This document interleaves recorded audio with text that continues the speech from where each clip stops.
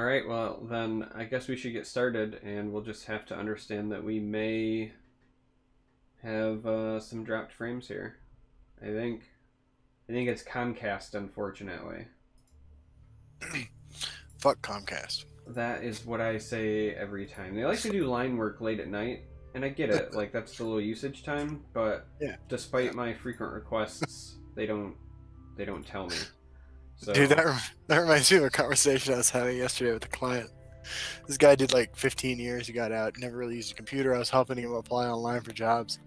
And dude's like, yeah, I've only had a little time with a computer so far since I got out. And I have to admit, I prioritized Pornhub learning as my first objective. And I was like, my man. Well, of course. Yeah. I mean, I don't know what you would expect otherwise. Yeah, I mean, hopefully this isn't too bad. Right now, OBS is reporting that we are dropping a pretty significant number of frames, and I'm seeing some stuttering as I see the stream come back, so hopefully it's not too bad. Okay. Well, as long as people can hear us, I mean, personally, I've always been of the opinion that my appearance actually brings down the quality of the podcast. I only put our images up when we do this so that people tune out the visual part and listen, because they're like, "Oh gods, let's close our eyes," and then they're focused in. So that makes sense. That makes sense. So welcome back to Fun and Interactive, the Legends podcast. Yeah, we had to take some time off, right. But we're back in action. I don't remember why we were off 2 weeks ago, but I do know. Oh, your house flooded or some shit. Yeah. So I had flooding. Yeah, and then I got terribly sick actually. Yeah, and then what's even funnier is, like, you can't see it right now because of the camera being very well positioned, but literally everything else in my office is in disarray, and the walls are like, I'm in my office with wet paint drying as we speak. So this has been going through a renovation. I've had a plumber at my house yesterday and today. Due to like tree root backups. What was it? Yesterday, my toddler fell down the stairs, but he's okay. He broke the fall with his face, so that was a thing. Like, it's been chaos, but okay. Well, I'm really glad we're back. There's a lot to talk about, and I have missed hanging out, missed doing this thing with you. Have you missed Legends as well, or when you were ill, were you like playing on mobile in a bed? I did not play any Legends. I didn't do much of anything. Several of the days I was too sick to do anything at all. And then when I got back into it, the very first games I played, I went ahead and recorded. The day I started getting back online, I saw posts about Firepot Spider being in 0% of decks on legendsdecks.com, and so I recorded a video with Firepot Spider deck. See, that's interesting because I've actually ran into it on the ladder. Like, you can find it in a VOD. Nice. I beat that deck, but I have seen it. So clearly, whoever it was not posting their deck on Legends decks. I mean, that makes sense. There's a certain amount of shame running that card. But I went full Rothgar here. I mean, I threw in all sorts of cards you never see play, from the Shrieking Horker or whatever that thing is. The Raging Horker. These are cards whose names I don't even remember off the top of my head. Listen, if there's one card name you remember, it's Raging Horker, alright? My bad, dude. Raging Horker it is. Yeah, Raging Horker gives me a Raging Horker. That makes sense. That makes sense. I feel like we really missed out on some good memes on Valentine's Day by not posting Raging Horker comments. Yeah, I mean, Brasilisk was on the deck. I didn't even know how that card worked. Turns out it does not copy items and effects you put on. Yes, it is not Grim Patron. It is... Right. It just copies. No matter what you do to the Brasilisk, you just copy a crappy little Brasilisk. Yeah. And I knew you were running it because I had people, like, I streamed the next day or something, and I had people say, like, hey, I played against Justin yesterday. He was running Brasilisk. Absolutely, dude. Yeah. Absolutely. Yeah, it did not go very well. Like, I think I played 6 games and I won 3. I posted 4 of them. 3 where I won and 1 where I lost. I mean, I'm not saying that Brasilisk is, like, worth running, but I have seen people running Self-Harm Warrior and Self-Harm Crusaders because Fearless Northlander is, like, I think better than advertised. Yeah, I mean, I got a 18 Fearless Northlander in one of my games, which was pretty exciting. Yeah. I also want to point out that even though I think that it's underutilized, I don't think now is the right time to use them, because since you mentioned it, Valentine's Day has caused me a little bit of stress. Why is that? I have seen more Grizzly Gourmets in the last 2 weeks than I have in the entirety of that card existing. And then this is as somebody who, like, I used to play it in my Token Crusader and my Token Mage as a tech card because nobody expected it. Right. It just didn't see play, and now everybody got shiny alternate art ones, and it's everywhere. If you're running a deck that runs Daggerfall Mage, be aware that Grizzly Gourmets are everywhere. Do you think that speaks to like how desperate we all are for new content? I think it's a little bit of that, and I think it's just a little bit of just alternate art cards in general. Yeah, that's fair. Because it's not even like new content. I remember the last alternate art pack that we got with like Leaf Lurkers and Master of Arms and whatever. It had been like 6 months since I tried to build an item deck, but after we got that, I built a Master of Arms deck. You know what I mean? Like, yeah, that's fair. it's your new shiny toy. You want to use it. I don't blame people. I'm just saying that it has caused me a lot of stress because I've had a lot of Daggerfall mages turn into sweet rolls. That's fair. So I've been playing a lot of Ultra Assassin as a result, because I don't care if a sweet roll is a sweet roll when I can journey and Tellius Conscription. That makes sense. And get a 5/6 sweet roll. That makes sense. By the way, I just resubbed with my Twitch Prime sub thing.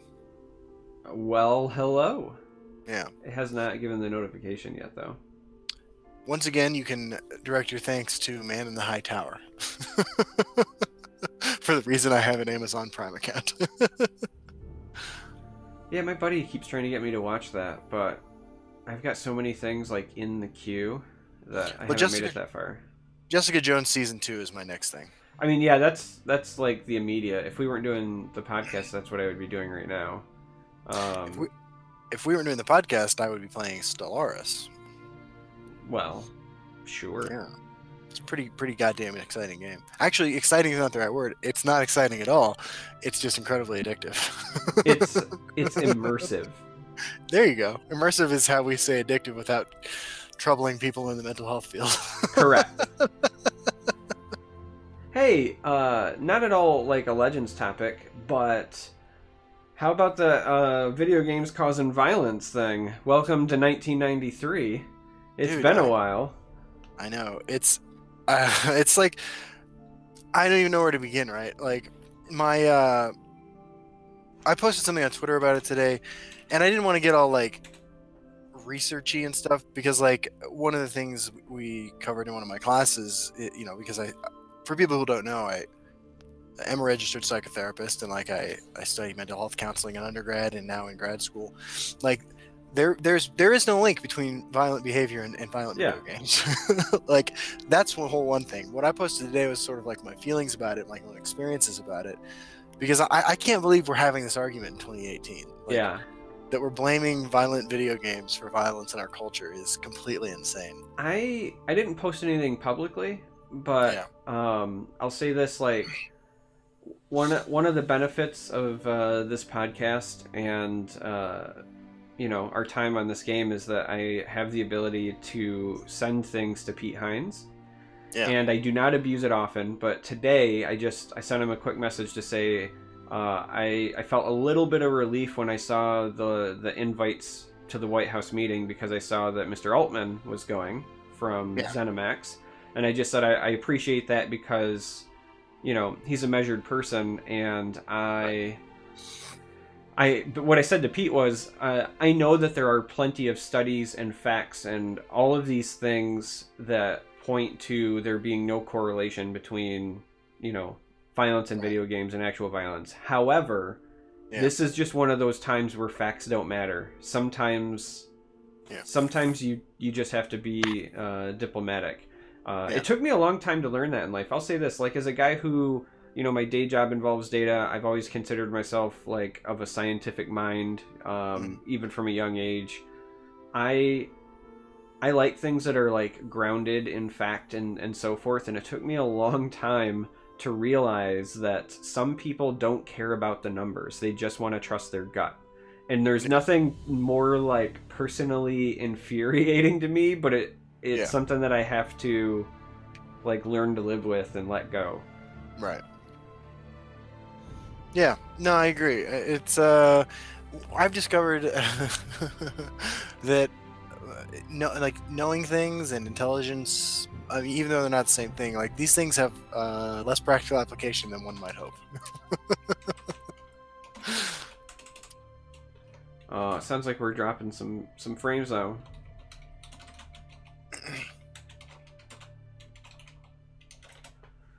By the way, I want to give a shout out to Maricon. Thanks for joining us tonight. And yeah, Man in the High Castle is legit. I love it.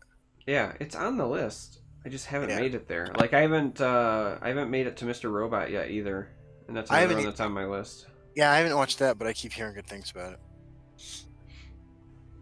I've been trying to watch the new X-Files, but like some of the episodes are really entertaining, and some of them are just like I cannot follow them no matter what. And I've seen every episode of the X-Files, but I'm watching. I'm like, I don't know what the fuck is happening, so I'm struggling with it.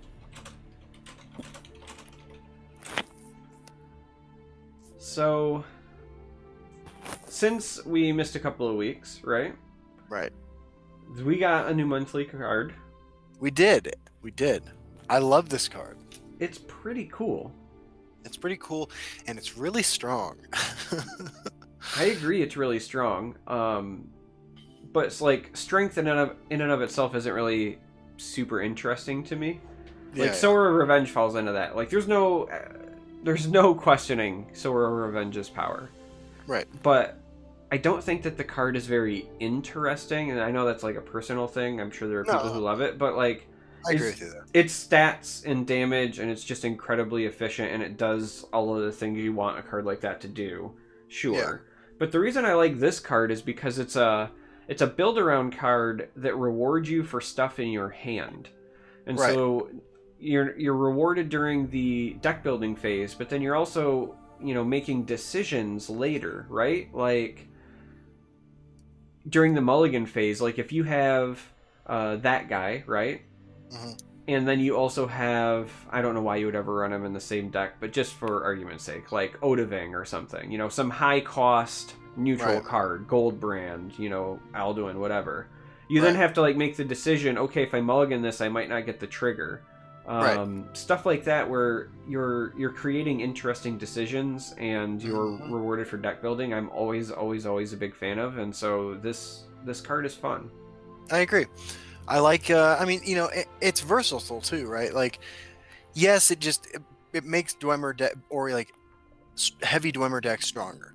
It is a Dwemer, it creates a Dwemer, and it's a neutral card and blah blah blah. It's obviously good there, but I think that what's interesting about it is you started to get into these like deck building kinds of questions, like how many neutral cards do I need to run to reliably hit this on turn 2, right?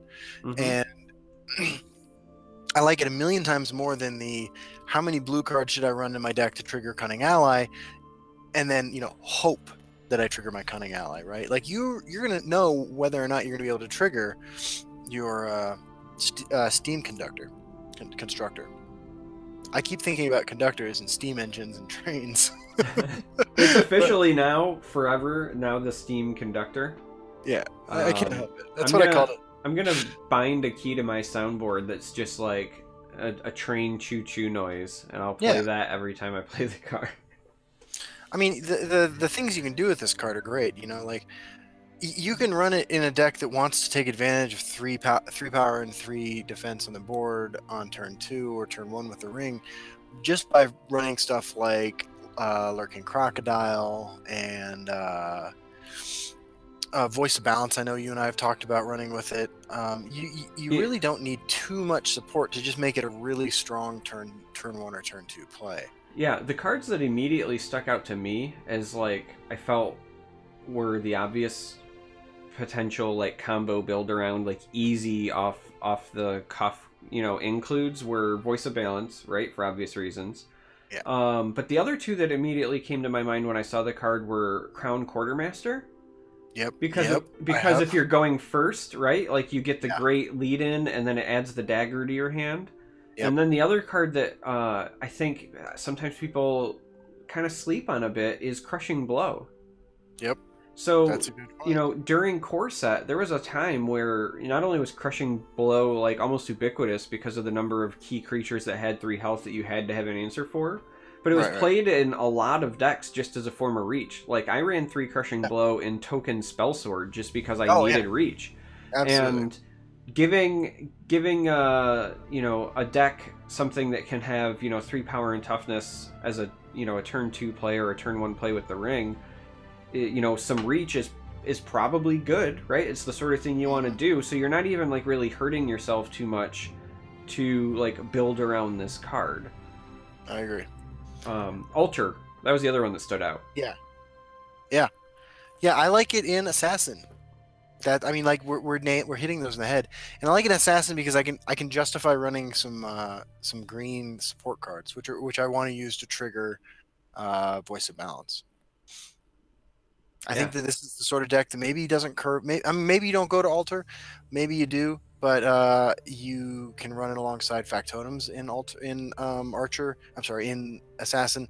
And as far as support cards go, I was thinking Hidden Trail, along with the pirate one, Corsair ship. Oh yeah, for the voice of balance. Yeah, I like the Both alter cards. part just because it makes 2 bodies, right? And so Right. alter tends to love cards That's like true. that where you get a summon effect, and then so you get like next turn when you cycle something through the altar, you don't feel bad. So Yeah. in that case, like it's I get a 2/2 and a 1/1, and then even if they nuke the 2/2, then I can still cycle the 1/1 through the altar. Like I think it Yeah. has natural synergy in a deck like that as well. I agree. I I agree. think that it also goes pretty well in sorcerer, like the kind of Yep. decks that want hulking fabricant, for example. Yep. I can Um, definitely see that. It's just a really cool card. I mean, for such a simple card, it's really interesting. It's the kind of card I like getting for monthly rewards because it makes people build new decks. Yeah, one of the ones that I was considering, just because other than like Wardcrafter, Support Mage doesn't do a lot to establish an early board presence, Yeah. but it does have a fair number of neutral cards. So I would be curious to see how well it would perform there, That's specifically because it interesting. helps you like potentially trade and establish a presence early. Yeah. But also because if you're running like the support mage that runs Wabajack, Yeah. that free 1/1 is a great target for That's a good just trying point. to get some free value. You know what I mean? I think you might be able to justify Clockwork Dragon in a certain kind of support mage deck. I'm trying to think of other neutral cards you might run.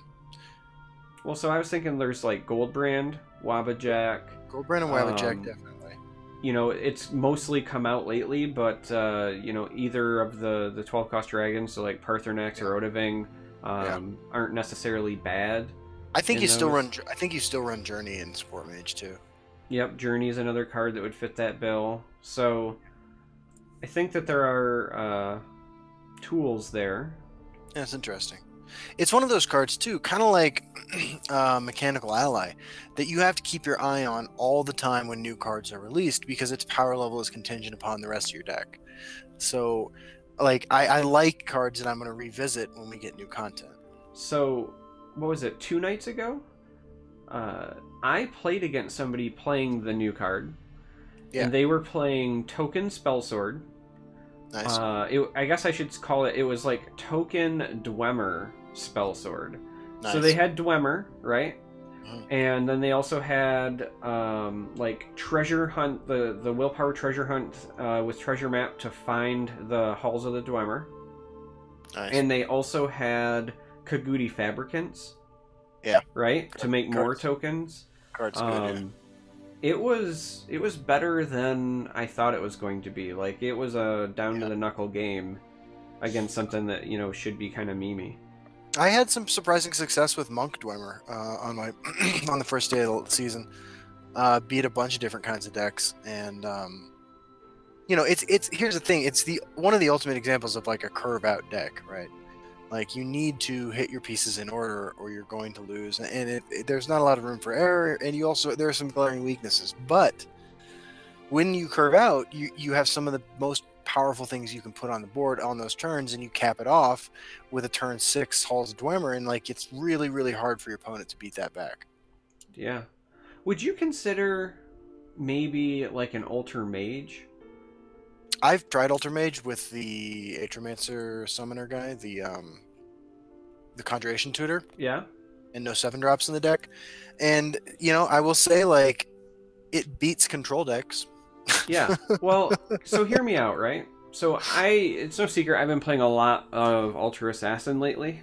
Yeah, I run the Journey Conscription combo in it, but then I also, because I'm running Journey and Conscription, I run a lot of 2-drops and a lot of card draw.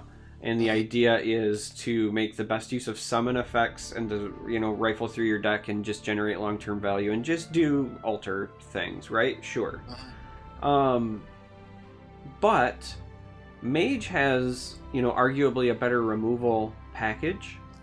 And while you don't get, like, Ungolem, you could very easily trigger both this card and Voice of Balance, potentially, in an Ultra Mage deck. Because you know, without Ungolem, you're running Marked Man. Marked Man is another great way to trigger the new card, because it's going to put the defenses into your hand. Right. It's interesting. I hadn't really considered Ultra Mage. You could just basically run, like, the heavy removal package and play it very similar to the Ultra Assassin. Yeah, I like it. I like it. Yeah, I might have given myself some homework for games tonight, actually. I think we should probably address another thing that happened while we were gone, which is the Journey to Sovngarde nerf. Or balance change. Rework. I like to call it a rework. Rework. I don't think it was nerfed. There are certainly some decks that don't want to run it anymore, namely ones that did not build around it. But the ones that were building around, you know, specifically the Tullius portion of the combo, I think are actually rewarded and better now. So, I'm still playing Ultra Assassin post rework, and I think that deck is actually better. Because now I can journey, and if my altar is at, you know, 5 charges, 6 charges, those cards that I was running a 1 or a 2 of, I'm guaranteed to get the big version of, right? Like if I'm running a singleton copy of, you know, Shearpoint Dragon, for example, or a singleton Wisp Mother, and I've got an altar that's at 6 or at 7, if I journey and then use my activation, I get a giant Wisp Mother back, like, immediately. It's been very, very good for me in a deck like that. Yeah, I like it. We all agree it's stronger in Alter now. I'm not a huge fan of the sorts of. I'll be honest. Like, even though the first thing I did with Tullius' Conscription was put a deck full of charge creatures together and try to deal like 40 damage to people in one turn, I'm not a huge fan of that style of gameplay. And I know we kind of have some difference of opinion about the role of combo decks, or how we feel about combo decks. I don't really like that kind of thing personally, especially in a game without. I think the game lacks the necessary interaction on your opponent's turn and in general with your opponent's hand to combat strategies that are playing solitaire, basically, you know. Yeah. And I don't mind that not being a thing anymore. I think that the card serves its original function again now, which is to extend the game in control matchups and provide, you know, dramatic advantage to a control deck playing one versus a control deck that's not. Yeah. Go ahead. Well, so, you know, I love combo decks.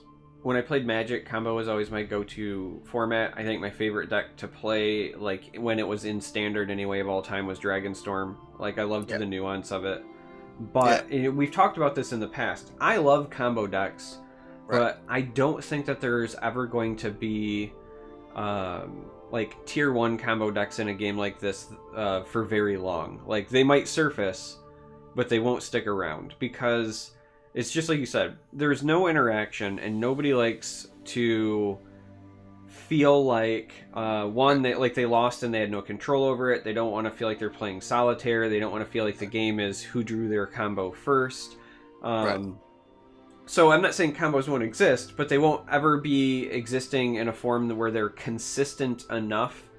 Because the other thing is like, if you can consistently pull your combo and then you just win the game and you take away the interactive part from your opponent, then that's just a race, and it's not fun to play against, and it becomes almost oppressive. So, you know, Right. combo decks like, you know, Wisp Raiders, for example, are really, you know, kind of difficult and complex to pull off, so they're allowed to stick around. But something like this, that's like a 2-card combo that most of the time will just win you the game, is just not going to stick around. Yeah, I agree. Now and in the future, I expect there to be combo decks in the future, but if I had to guess, I think that they're going to be more like Unstoppable Rage style decks, where you either get like a mini combo off, or it takes some level of multi-turn setup, because if as long as it takes more than one turn, then you give your opponent the ability to interact in the in-between moments, right? Yeah. Like, you know, Ring of Namira Double Dawnstar Healer kind of fits that bill just because of the costs involved. Now, like, you can set that up with completed contracts and whatever, and technically do it from hand. But even that means you spent more than one turn setting it up, right? But that idea of, you know, you had to put something in play, wait, and then if your opponent didn't answer, then maybe you win. I think that in the future will be more like the combo decks that we see. I agree. I agree. I'm really happy with the nerf with the balance change, and to the comment, Corvus some Brannock says Journey's unplayable now. I don't think it's unplayable. I think it's a very niche card now that is going to be really good in a couple decks that don't necessarily see a ton of play. I think Like, it's still fine in Alter, and I think you still play it in Doomcrag Warrior as well. yeah, I agree. I think that you can make a case for it in any number of singleton decks. I think you can make a case for it in. I mean, like, here's the thing. Like, let's say that support mage gets big. The support mage deck that runs Journey to Sovngarde wins. Yeah. You know, because then they can get a second one off their library and go nuts. But yeah, I think the balance is good for the health of the game. Yeah, I think Pete Crichton in chat kind of hits the nail on the head. Journey is necessary if you're running any sort of deck where you're in danger of running out of cards because of self-milling or cycling. So, you know, Pete mentions Namir Shrine. Again, that's what I meant when I said the Doomcrag deck. So if you're not familiar, there's a control warrior deck that utilizes Doomcrag Vampire and a lot of very cheap pings or like Nord Firebrands to, you know, kill your opponent's creatures, but then because you're playing cheap things, you keep drawing cards with Namira Shrine, and eventually you've drawn most or if not all of your deck, and then you play Journey to Sovngarde to refill it, and everything, even without the reduced cost of Journey, because everything was just by the nature of the deck, was already cheap. Now when you draw them, you're still getting cheap stuff, just now it's bigger, right? So you've got that as an option. And then Ultra decks are the same way, but different thing. Instead of drawing cards, you're pulling them out with the, you know, Altar of Despair. So it's not uncommon to, you know, very quickly find yourself with like 10 cards left in your deck when your opponent still has, you know, 25 or 30. So the Journey is a, hey, we shuffle it all back in and get value. Those are the times where I think that you're still going to play Journey going forward. I just don't like any neutral card that's an auto-include in decks. I guess is another way to look at it. Yeah. So we touched on Journey. We touched on combo. Touched on the new monthly card. I know there's something you're dying to talk about. What else? What else we got? Well, you know, I miss you. I miss you too, Charmer. It'd be really cool. It'd be really cool if someday we could actually like hang out. Yeah, I think we should do that sometime in the near future, for sure, before you get married. I agree, and I'm getting married May 12th, so we don't have a lot of time to work with. Yeah, we should get on that. We probably should. Yeah. Speaking of the future, we are at that point where where new content's going to drop in the relatively near future. We don't have any information about when exactly yet, but we've been told repeatedly that it's coming, right? Yes. And so we're kind of at that point in the meta where people are either playing really refined versions of decks, or they're playing intentionally not playing them, I guess would be Yeah. Yeah. the best way to describe the meta at this point. Yeah, you're either running mid/aggro Joe Trader Warrior, or you're running Firepot Spider, and there's not much in between. Yeah, and that's cool. I'm glad that I'm not the only one who feels like this, though, when I hop on the ladder and like I run into a mono neutral deck like that. Like, I mean, again, I've been playing Alter Assassin. Right. That touches me. That touches my heart, and I love that shit because those are the games that I want to play, right? And now we're gonna get a ton of that whenever we get new content, because the first couple of weeks of new expansion are my absolute favorite time to play the game, because everybody's playing all sorts of crazy stuff, except for the couple killjoys who run Prophecy Battle Mage.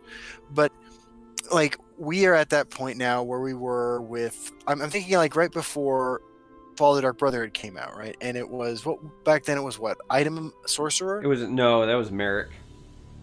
Just before Fall was Merrick everywhere. Atromancer was... Okay, Yeah. It was basically like mid Sorcerer and Merrick.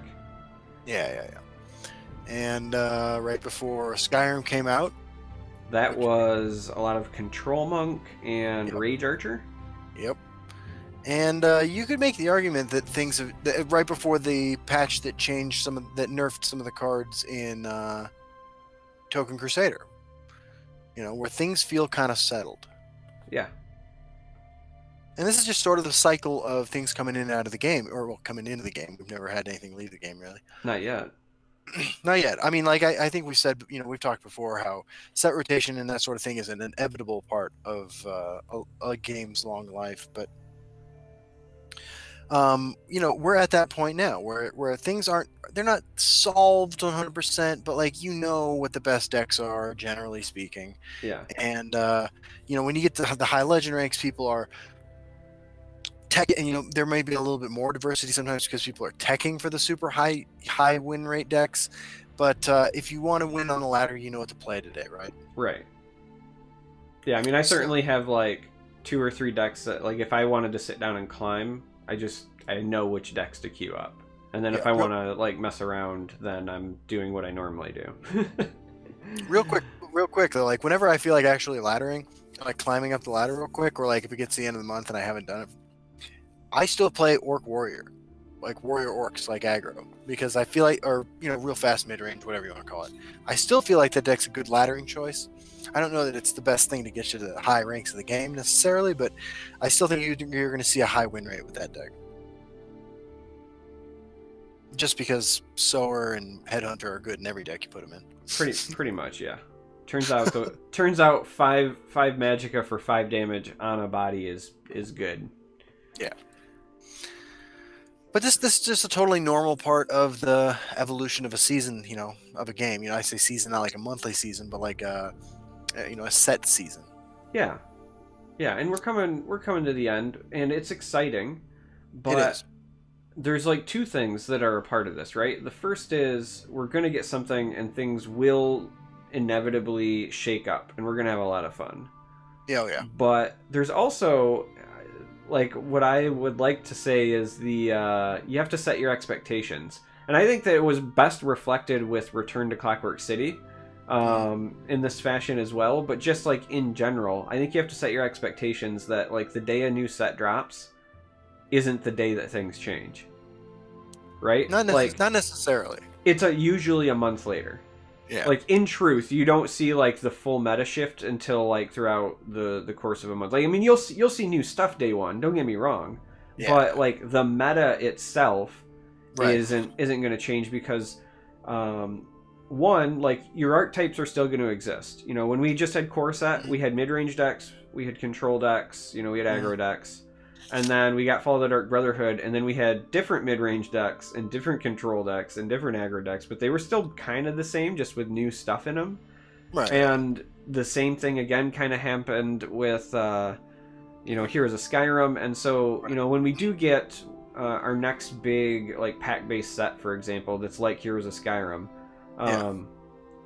if you're hoping that we're going to get a new influx of cards to like what I would say drastically change things, I would just caution that with the very first thing that most players are going to do. Not everybody. You'll get people like Ray that's going to do something crazy, right? But the thing that most players are going to do is they're going to take whatever their favorite deck or their tried and true deck was, and they're going to put in a couple of the new cards that they can like very easily identify are powerful, and they're going to try them out.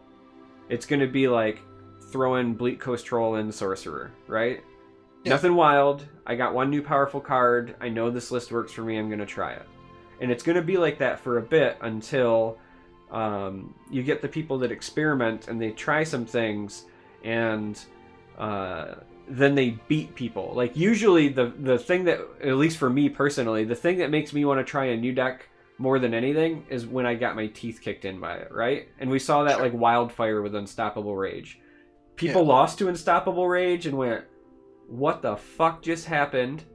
And then they went and tried it, you know? You know, it's funny you mentioned like there's still going to be the mid-range decks, the control decks and stuff. I'm trying to think of like times where like a new idea came into the meta.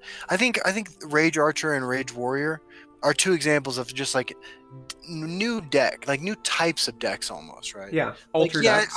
I think that Rage Archer is fundamentally a control deck, but like there was nothing like that deck before it came out. See, it's funny because it's a control deck now, but at the height of its popularity, it was a mid-range deck because everybody played mid-range Archer. Mid-range Archer used to be a staple. It was a very powerful archetype. And so and that was a deck that was already running like pre-nerfed belligerent giants and so forth. So that was a time where you could very easily just throw Unstoppable Rage into your mid-range Archer and probably get some value from it. I think it's evolved over time into the control decks that we see it now, but I think that's actually maybe one of the best examples of what I'm trying to illustrate is that people are going to start by taking what they see are very obviously powerful cards and then throwing them into something familiar. I can see that. I'm trying to think of other new ideas. I mean, in some ways, I think Support Mage was a new idea. Yes, it's a Control Mage deck, but it functions very differently than Control Mage decks that are running 35 of the same 50 cards. Yeah. I think Support Mage falls in that category. I think Ultra decks fall in that category, and they also were not things that were like widespread day one. You know, Support Mage creeped up way later. Right, and the last like new deck idea I think that I can think of is the decks that abuse the 3-drop 1/1 equips whatever you equip to another item blue guy. Oh yeah, Gardener. Yeah, Gardener Swords. I think that's and I think I think that Gardener Battle Mage, Gardener Mage, Gardener Assassin, I mean we've seen them all. Yeah. I think those were a new type of thing. Oh yeah, for sure. And now they've kind of evolved almost into combo decks, right? Like that's where you see those decks anymore. Is the decks that try to just go absolutely nuts with a Master of Arms. Yeah, but they weren't. Again, that's a great observation. They weren't that to start. Because they were kind of like mid-rangey item decks that just tried to get extra value out of it. Right, and then over time they streamlined. They became, you know, more. They maximized their strengths, and they became these combo decks. Yeah. So I'm kind of looking forward to that same evolution, right? Because you know we're gonna go through it. You're gonna have, you know what's interesting. Part of me wonders if the psychology behind why this meta shift occurs the way it does is that people enjoy what's familiar to them, and part of me wonders if it's the nature of the way cards are previewed. Because we get those like preview cards, you know, that we get to showcase and release one at a time, and you know, during reveal time you might get like 1 or 2 a day or whatever. So I think that's a huge part of it. When you see a card for the first time, you're seeing it in isolation. Yeah, absolutely. You know, like you see, like let's just say like Cast into Time. You see Cast into Time for the first time, and you start thinking, "This is how I'm going to use Cast into Time," and then all these other cards come out and are revealed, and then the set drops and so forth. But you're not thinking about it. I mean, you are, but it's not the same, right? You're not thinking about it in the like, how does this interact with all of the other new things that are out there now and so forth. Like you just think about like, this is the one card, and this is, you know, how I would use it if it were released today. I appreciate it like that though, because I mean, imagine if on one day of the Fall of the Dark Brotherhood previews, they previewed Unstoppable Rage, Astrid, Eclipse Baroness, and you know what I'm saying? And the crossbow or sanctuary pet, or And the crossbow, sanctuary pet, and Brotherhood Slayer, right? Yeah. Imagine they previewed all those cards in the same day, right? Yeah. Like, it takes away some of the joy and the the fun of like coming up with the deck that runs all those cards together. I got a series of card reveals for you. Are you ready? Yeah. Drain Vitality, Solitaire, Word Wall, Graveyard. Hey, we previewed some cards. Yeah. Think of something to do with them. Wasn't it? So I think it was Dragon Tamer Blade who revealed Word Wall, wasn't it? Yeah, I think that was his preview card. And I remember thinking when he revealed that, like, wow, depending on what the shouts are, this could be like the most powerful card in the set, right? Like, or it could just be total garbage, you know, because who knows, right?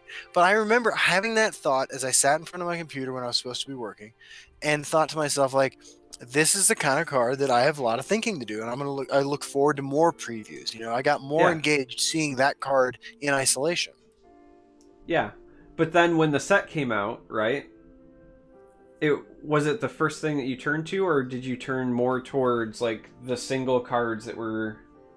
Well, the first decks I recorded with after that set came out were Dragon Scout. Yeah, and then Werewolves. Yeah. But look, I mean, don't turn to me, people, for what you should be playing or what you should expect yourself to be playing when a new expansion comes out. Yeah, no, I just kind of wanted to point out, because there's been plenty of cards where I've said, like, you know, in my reviews, this card has the potential to be really good depending on what else is revealed, and then like Clockwork, I just forget about it. You know, there's a little bit of the ooh shiny system during reveal season as well, where you know, you go, this looks really cool, I can't wait to build. Oh, look at this new thing that was revealed the next day. And that's true. That's true. You just forget. Clockwork City is an interesting expansion, right? I feel like it stands alone amongst all the expansions in terms of like my feelings about it, because there is definitely some interesting cards in there that are standalone powerful that go into lots of different decks. But the whole thing feels so specialized in a way. I mean, like it's I feel like it was a set for, I don't even know how to articulate this, I guess. It's the set that I have the most conflicting feelings about, like, now. You know, like, I think the story mode is genius. I think the story mode is genius and a lot of fun to play. But, as far as successful entry into the meta goes, I don't know. You know, Clockwork Scorpions had a huge impact. A couple of the other cards have had a huge impact, but Clockwork City is an interesting one. Do you want to know what I think it is? And this was the reservations I had for a long time, because you do have the subset of people that just love the neutral stuff, and you get the people that are like, you know, I want mono neutral support, and I want this, and it's very fair, in my opinion, to say that Clockwork City was a neutral focused set. We got Factotums and you know, fabricants and things like that, but the problem with neutral from like a balance and like keeping the meta under wraps perspective is that it can't be too good. Like it has to like inherently be one of two things. It has to be underpowered, because you don't want something, it's just like you said before, you don't want something that's neutral that's just an auto include in every deck. It doesn't make the decks feel diverse and unique. It doesn't make the attributes feel diverse and unique. But then also, so the other way that you get around that is you can print powerful stuff, but it has to be like the Factotums that are hyper synergistic and require you to include a package. So it's not like I include this really powerful card. Like Voice of Balance is another good example. Like Voice of Balance is really powerful, but you kind of have to include like a package to make it work. And so that's kind of the bane of neutral cards in a nutshell in many ways, is they either have to be underpowered, but allowing you to do, like, I like neutral cards that are underpowered but allow you to break the rules of your attributes, right? Like, even though it doesn't see play, I love the design philosophy of Knife to the Throat, or whatever it's called. The card that silences something and draws a card, because it gives access to silence to everything, but it's clearly underpowered, so you have to weigh that cost of, is it worth it to me to get access to something I wouldn't normally have? And I think that's neutral's home. Along with that, I think that I think if we go back and we read about some people's responses to Knife to the Throat when that card was revealed, I think there was a number of people who were upset that Silence was moving into neutral. Yeah. Yeah, Vicious Drag is right up there as well, right? Like, right. You know, well, Vicious Drag used to be a lot more necessary than it is now. Well, that's because we had an elixir of Magicka and not a ring of Magicka. That's true too. But yeah, like it's so hard, right? Because that's, in my opinion, that's kind of where neutral cards have to live. It either has to like require some sort of package or sacrifice to make it work, or it has to be like almost purposefully underpowered or just very vanilla, like Crushing Blow. I don't think Crushing Blow is necessarily underpowered. It's just very vanilla, because you don't want something that's going to, you know, be just like downright amazing and auto-include in every deck. I agree. Ooh, You're the Fox just mentioned Dwarven Dynamo, which is I think Dwarven Dynamo is one of the strongest cards in the game that you really only run in a very specific couple of decks, but I love Dwarven Dynamo. It is a absolute powerhouse in my Centurion grinding deck. Yes. Dwarven Dynamo is an amazingly strong card. And it's really good when you're running mono neutral and you have like you have it stick for a turn, and then you have like triple a Night to Remember the following turn. Oh, absolutely. I did that to one poor soul once and swung for so much. Oh.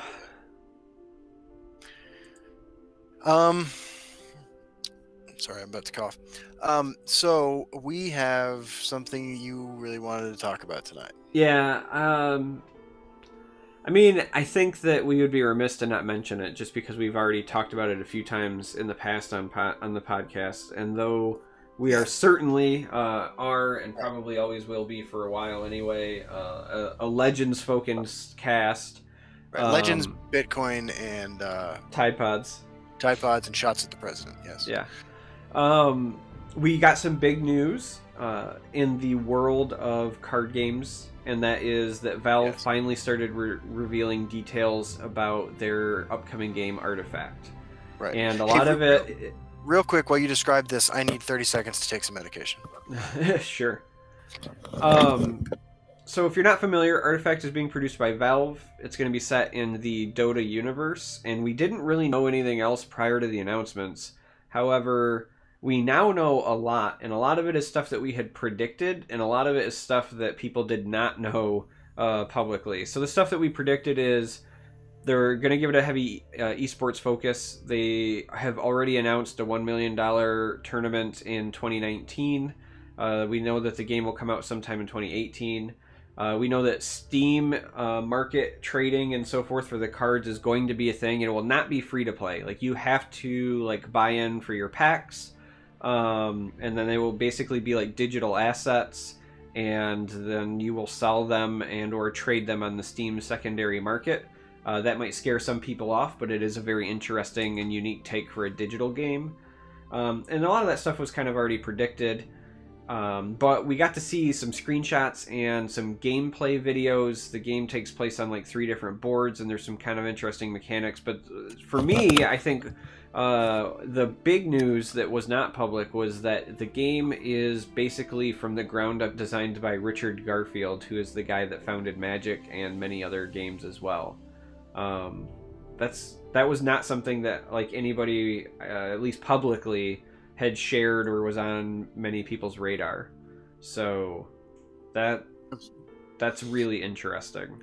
That's the part that excites me, right? Like, I mean, like, Magic has changed a lot in 25 years, but the idea behind it is almost completely unchanged, right? There's been one new card type introduced in 25 years that Richard Garfield didn't design himself. You know what I'm saying? Yeah.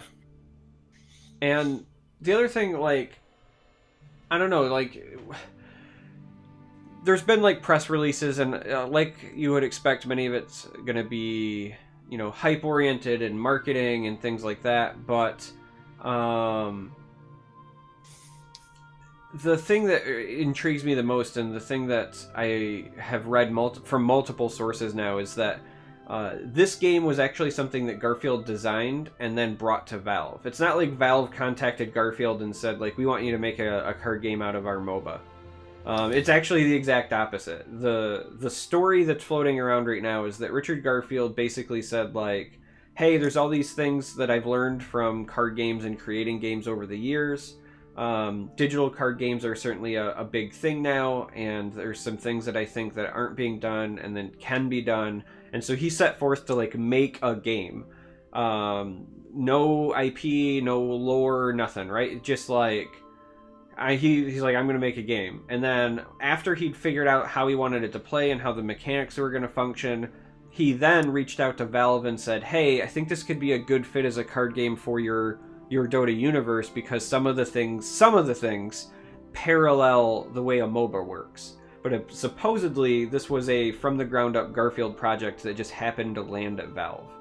And so that, to me, that's exciting. As somebody who's just like into card games and designing, like, you know, I've played Dota, but I'm not like a huge Dota fan, and so I was like, but like a solidly designed game is something that I will certainly try, and I am interested in.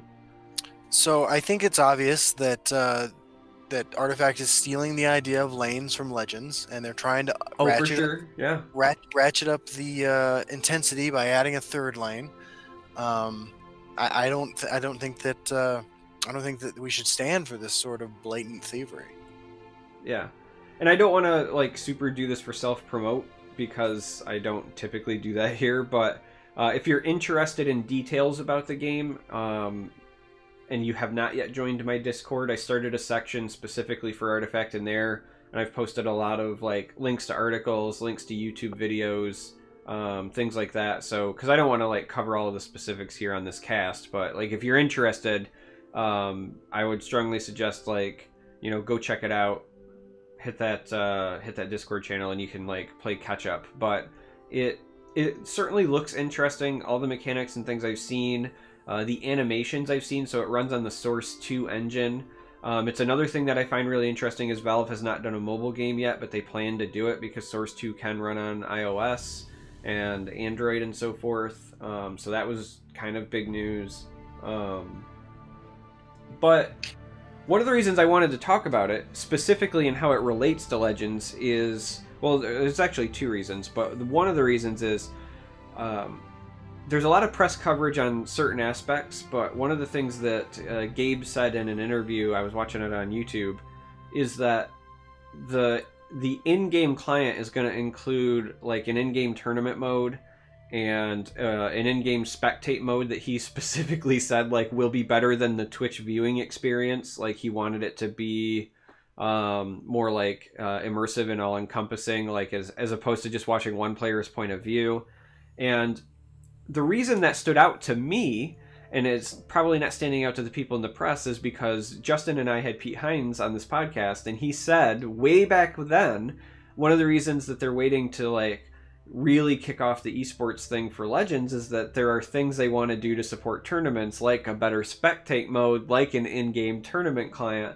And it was cool because, you know, somebody like Valve and, you know, them saying, hey, this is important for an esports scene, to me is just like, you know, gratification, or I don't know, like reinforcement that, you know, Pete and Bethesda and Direwolf were already on the right track, right? That they're not the only people doing it, that they weren't just saying like, we're waiting on these things as some form of an excuse. These are legitimately important, and they had identified it way back then. You know, clearly Valve has also thought it was important because their game plans to implement it and include it. So I just, that was like a Legends tie-in as I've been reading through some of the news stuff about the announcements that kind of made me excited for, you know, what we got coming in the future. Yeah, I can agree with that. When Sandra and I were driving today, and she was asking what we were talking about in the podcast tonight, and I mentioned to her that Artifact had just had this announcement, and something I had seen something about $1 million tournament in 2019 for the game or something like that.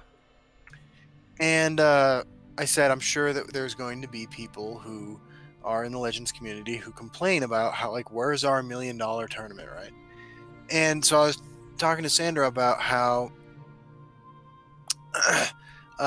I talked to her about the history of Elder Scrolls Online, right? From where it started to where it is today as one of the most successful MMOs out there. And she asked me if I thought that the Legends community was, in general, a little bit older than the community for, say, Hearthstone or for Hand of the Gods or whatever. And I said that I didn't know, but I felt like it probably was. And to that, like, the reason for that I said that, and the reason I think she was asking is because, like, the way that Bethesda has run ESO, Elder Scrolls Online, and the way they seem to be approaching Legends is a much slower, less immediate gratification kind of grind, right? And they've seen success with that approach before, and I think, you know, from everything we ever hear from, you know, AJ and Matt and everybody, is that the Legends community is continuing to grow, right? Like, I think that their approach works for them and for this game, and it's not the $1 million tournaments right out of the gate scene. But the most recent example we have in online card gaming history of a group coming out of the gate strong with a huge tournament is Hand of the Gods, which turned out to be a really awful game that most people don't play anymore, right? I mean, like, they soared up there and then they crashed right back down. Yeah. So I like the pace at which we're moving. I think, you know, things could be faster, and I'd be happy with that too. But I mean, we just saw an announcement today on Reddit from. Yeah, we got our patented announcement of an announcement from G-Staff. Right. We got an announcement. I love Matt. Yeah, absolutely. But he had to know that was coming, right? Like, how have we not? Here's what I want to pose to the Legends community, gang. It's been a running joke for a long time, the announcement of an announcement. And there is some truth to that. Like, sure. Yeah. It's because Bethesda, historically, not just with Legends, but with a lot of their titles, they keep things very close to the vest until they're ready to display. So they are prone to, from, you know, time and again, to do the announcement of an announcement. But how have we not, like, actually had our official meme for that? Like, our image, you know what I mean? Like, there should be an image and a phrase, and it's just posted every time that it comes up. You should be able to see this image and think announcement of announcement. Like, I think of, you know, the Herald memes where, you know, it's got the old guy from the, you know, stock photos, and every time I see that guy, I know that I'm secretly, like, dying inside, because that's just Herald. I need the announcement of announcement equivalent in my life for Legends and or Bethesda related things, and I need somebody to make that for me. I got you, fam. I got you. I got some ideas. That's all I gotta say. I'm not spoiling my plans. Sure. I also, if you guys don't know, I made a picture of Justin's, like, facial reaction into a meme, and I need more of that in my life. Oh yeah, absolutely. Tallulah still does it every now and then. That's true. That's true. That person has not been a guest. Has not been in chat for our podcast for a while. Yeah. Hope everything's okay. I think they stopped playing. It's hard telling. They still send me cat photos. Yeah, I know. CVH, I tell you what, CVH starts in like 5 days, right? Yeah. The very first thing that happens when CVH announces that he started is I'm going to start filling his inbox on Twitter full of messages about where's my competitive scene. Oh, I know. There's going to be a massive trolling. But I also, here's the thing. I was saying this in some Discord chat the other day. I forget which one, but we need to set some proper expectations about that. Listen, guys, I love CVH, and I think he's going to do a great job. Yeah, but so everybody knows, Charmer and I talk to him on a regular basis. Yeah. Like, we're not, you know, we like to rib or whatever, but, like, I legitimately like CVH. He's a great guy, and we talk on a semi-frequent basis. So, do not think... I think his hiring is great. I think he's going to do a great job. I agree. Do not think that the minute he shows up, things are going to suddenly change. Do not think that things are going to massively become more transparent. Do not think that the quantity and quality of communication is going to drastically change. Like, I'm sure CVH will be very involved, but he was already involved in the community. He was already very present. He is still going to be hired by Bethesda, and you know, he will only be allowed to say what he is allowed to say, and he will do his best to support us, but don't think that there's going to be an overnight change, because Bethesda has done their style of marketing and their style of business for like decades at this point. And also don't think that CVH is suddenly turning on you because he got there and is not like super forthcoming, or that he got there and we don't immediately have a tournament scene. Like, right, you know, let's exercise some patience. Let's be adults. Let's no, we'll be all right. Yeah. I say this because I saw a couple of people mention like, hey, once CVH gets there, maybe we'll, you know, XYZ, and I was like, whoa. If you think that, we need to set some proper expectations here. Because again, this isn't just a Legends thing. Like, I want to make this clear. Like, Bethesda's been like this for a long time. Like, I remember when they announced Fallout Shelter, right? Like the silly mobile game. They literally, nobody knew that was coming until like they announced it at E3, and then they were like, oh, by the way, it's available for download right now. You know what I mean? Like, they snuck an entire game like into the App Store and announced it to the world with no prior hype or whatever, and it got millions of downloads like that week or whatever. But that's just the Bethesda way. You'll know when they want you to know, and then it will be ready very, very shortly. Yeah, I mentioned that to Sandra too when we were talking about this. Yeah, they're a little bit different, and that's okay. It works for them. I mean, shit. Their games sell millions of copies. Yeah, I saw they got like the Metacritic award or whatever for their published games this year. Like, they were the highest rated like publisher. Yeah. They had a lot of good games that came out this year though. Like, let's be honest. They did. Like, because Prey was this year, right? And Wolfenstein and... I mean, Legends actually came out in 2017. Oh yeah. No. Yep. Oh yeah. I guess the official launch was Yes, it March. did. Yeah. I know. I always forget about that too because I've been playing for like 2 fucking years now. Wow. Yeah. Yep. Man. It was a good year, man. Yeah, I guess it did come out in like March of 2017. Yeah. Oh. My birthday was last Sunday. Yeah, I know. What did you do on your birthday, Justin? Get the fuck out of here, Trevor. I laid in bed. Let's leave it at that. I was not feeling good. For those of you who don't know, I'll spoil it. It involved Tide Pods. Yeah, absolutely. No, Sunday I was in and out of the doctor's office. It was awful. Yeah. I mean, like, here's what I have in front of me right now. Hold on, this isn't even all of them. Yeah, this is what's going on here. I'm very sick. And this is what I have in front of me. Yeah. If you're paying attention at home, that is a Wabbajack. Very nice. Yeah. Yeah. Good times, man. Yeah. Now, what did I actually did I do anything fun on my birthday? No, you didn't. Like, you didn't even respond to me. That's how I knew that you were dying. Yeah. I was off social media for like 3 days. When I finally got on the computer, one of the first things I did was reach out to you because, like, when I was like dying, I was like, Sandra, message Charmer, please. Yeah.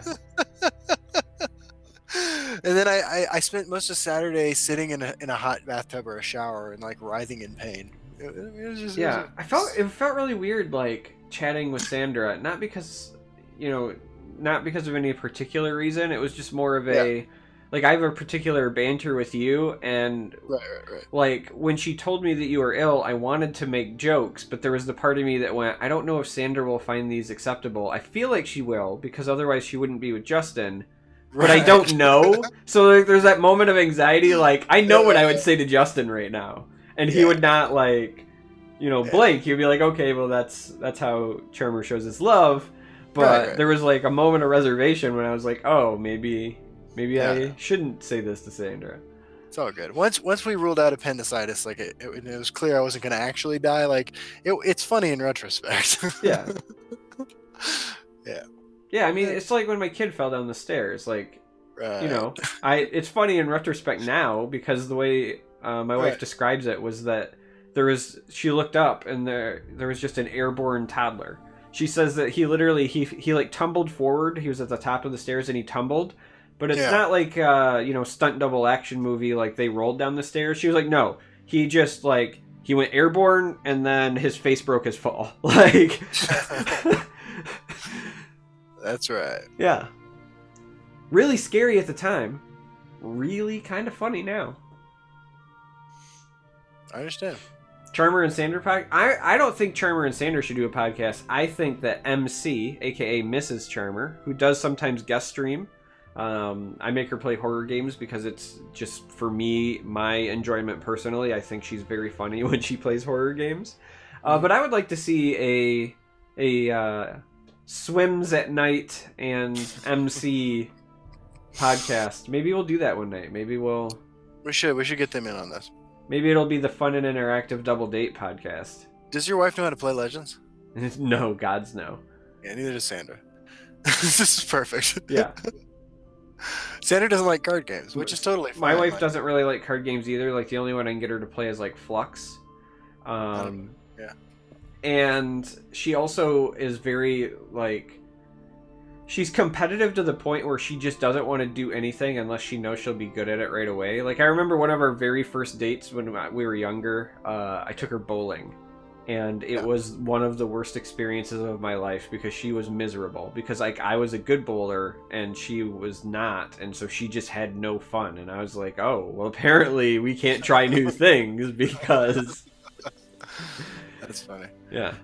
Sandra and I play a lot of Clank, the board game made by the guys who make Legends, and she beats me 9 times out of 10. Would you say you win 9 games out of 10? 9.5. Sandra says she would say 10 out of 10. She's really good at gaming. She just doesn't like the same games I like. Yeah, Sophie loves board games. Excuse me. She's not really a fan of card games, but when I used to do like my weekly game night with my buddies far more frequently, there were times where she would participate. Like she loves Settlers of Catan. She really likes Betrayal at House on the Hill. I don't know if you ever played that, but that's actually a lot of fun. No, I don't actually have any friends to play board games with. Yeah, well, we'll figure that out. Yeah, we should try to fit in a board game if we were to hang out sometime in the near future. I mean, we should do that. I need to figure out a way. Like, I just got to get the equipment so that we can do it, like, over the broadcast, you know? Like, set up cameras. That'd be sweet. You know, at some point I'm going to have to replace the $15 set of headphones I used to record all my shit. Someday. Someday when you hit it big, when you win the Legends $1 million tournament. Yeah, absolutely. I'll tell you what, I'll make that deal with you. If you win the Legends $1 million tournament, then you've got to buy yourself a new headset. If I win the next invitational tournament that I get invited to, whenever that may be, I'll buy a headset. Feel like it's a safe bet. I mean, look. So here, my record for the TESL Championship Series is first place, last place, last place. Fair. Yeah, I've been in 3 of them. I got knocked out in the first round twice, and I went all the way and won once. Yeah, this last one was the first time that I was ever knocked out in the first round. Like I'd never, I tend to pride myself pretty well on tournament preparation. Like I know that I don't finish a ladder like super high on the ladder very frequently because I just don't play the volume of games necessary. I play less than 200 games on average each month because of my schedule. Yeah. But I pride myself in that, like when I actually sit down and I try, and especially when I know a tournament's coming and I prepare myself, you know, I go back to my old Magic routines when I played that competitively, and I usually do well. This time, however, I did not get a lot of notice, like legitimately like the night before, like 8 hours probably in between or whatever, and I was ill prepared. There's no excuse, right? Like it's my fault, it's my mistake. I'm going to do my best to not let that ever happen again, but I will say that it was both humbling and really disappointing that was the first time I've been locked out of the first round of like any Legends tournament I've been a part of. I will say that when we get a leaderboard for Arena, the first month it's out, I will try hard and I will finish top 10. No questions. You say that now. No, I will. But you're going to finish 11th. No. Just under me. Oh, looks like I'm going to have to finish 9th, motherfucker. I mean, your 9th will look really good next to my 8th. I'll still be top 10 at that point. Yeah. I mean, this weekend there was a gauntlet I even wanted to play in, and I just couldn't. I was out of it.